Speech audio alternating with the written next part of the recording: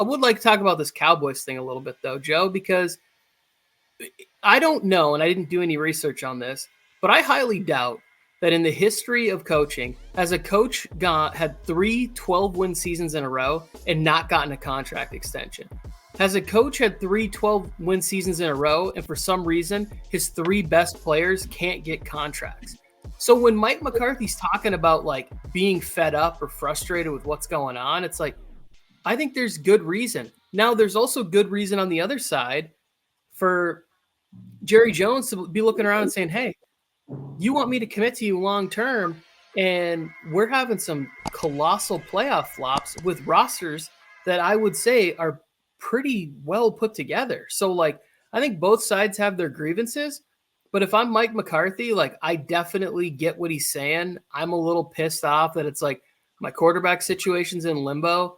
My other 2 players, CeeDee Lamb, it's like, we're going to pay this guy. Like, we aren't seriously going to let CeeDee Lamb walk away from this team, are we? So, like, let's just figure it out.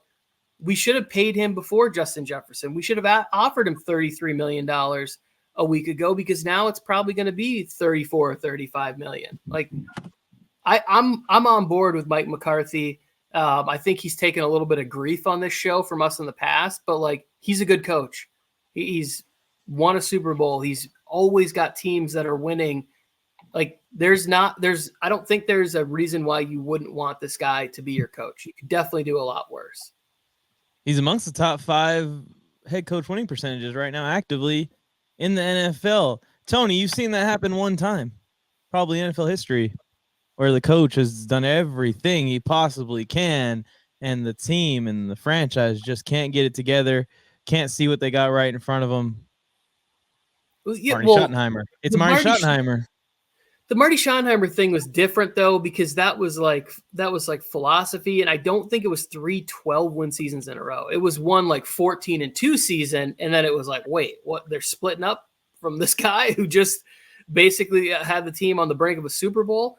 So, like, yeah, we've seen it where there's been kind of bewildering things like that. Holmgren left Green Bay because he wanted more control. He wanted to be able to draft the team, and Seattle was like, hey, if you come up here, we'll let you pick the players and coach the team and get the team on the right track. And a few years later, they're in the Super Bowl with Hasselbeck and Sean Alexander, and that was a good football team he was able to put together. But like, I'm kind of with Coach on this one. Like, I think McCarthy's got a real point where it's like, hey, I want to be here. I'm winning games. Like, yeah, we're not getting over the hump. We had a big flop at home, but like, so you're basically telling me I got to continue to do good. It's like, what if it doesn't happen? And like, have you answered any of the questions that we had at the end of last season? And I think from a fan's perspective, we would be like, no, they didn't. This whole offseason is built up for the Dallas Cowboys to burn down this season. That's all it is. It's for a big explosion to come. Like you said, Tony, you have your main players, Dak, your quarterback, your wide receiver, CeeDee Lamb, and Parsons, all without a contract extension, all looking for it. Your head coach is a lame duck. He needs a contract extension. This is his last year.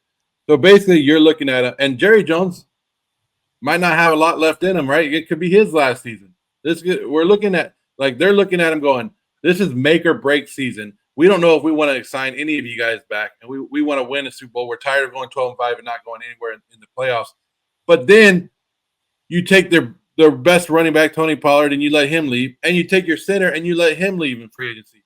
And so you damage the team a little bit more, and then you let the players coach who everybody loved, Dan Quinn, right? All the players loved Dan Quinn. You got rid of him, and you bring in another defensive coordinator who's not known to be a really player-friendly coach. Like, he's a good defensive coordinator, knows his X's and O's.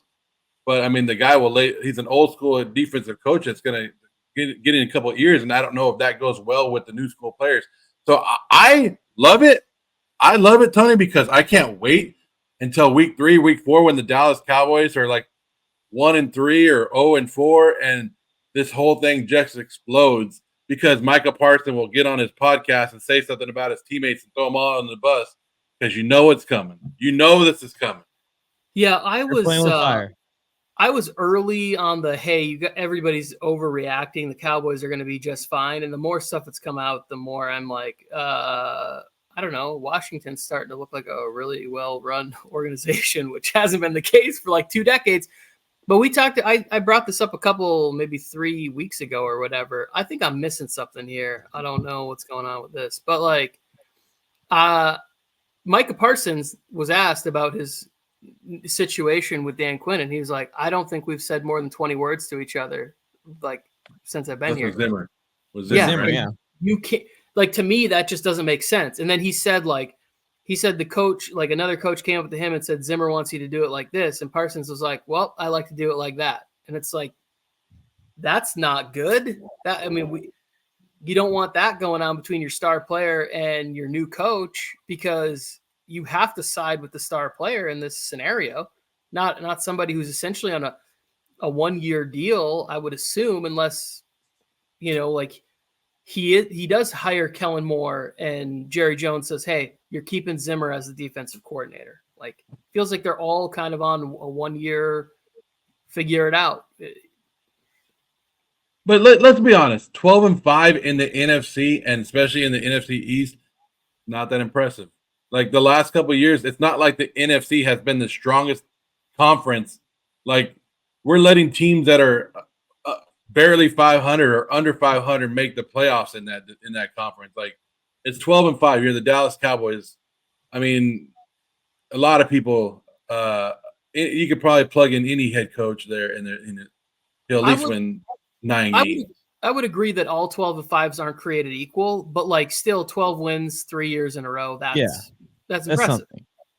The context here that gets Cowboys fans up in arms and has Cowboys management in this pickle is that they're kind of living the same season over and over again, which for 20 teams in the league would be amazing. For the Chargers, a 12-win season, I think the Chargers only won 12 games like 5 times in franchise history.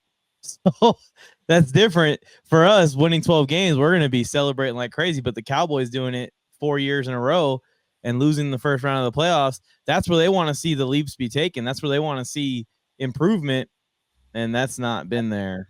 And it's been unfortunate because, hey, I'm sitting here as the guy that's been on the Cowboys wagon, we're going to call it, chariot. Call it what you want. It's crashed into the side of the road, and it's in a pile of pieces now. Yeah, I've got lost with what team you root for now, Mike, because if it's Dak Prescott, it's Aaron Rodgers, and then it's Justin Herbert, or it's like, I don't know who you root for anymore. You are just one of those fans, Joe, and hey, more power to you. That's just like, if it ain't the Raiders, fuck them. I'm not like that. Right. I'm a fan of the sport. There's 31 other teams, and then there's the Raiders. I can be a fan of a wide receiver's game and his style of play and the passion he brings to the field without being a fan of that team and organization as a whole, right? Is that allowed? No. Well, I will say this, Joe. You're not going to like me in a little bit either, because we have designs and a clothing brand coming out here in the next couple of months, and I'm going to be rocking a Dan Campbell t-shirt because I think that design is cool. Like, I'm also going to look at him. He's giving you shit, and then he's over there. He just did that. Yeah, he whips out a Justin Herbert card.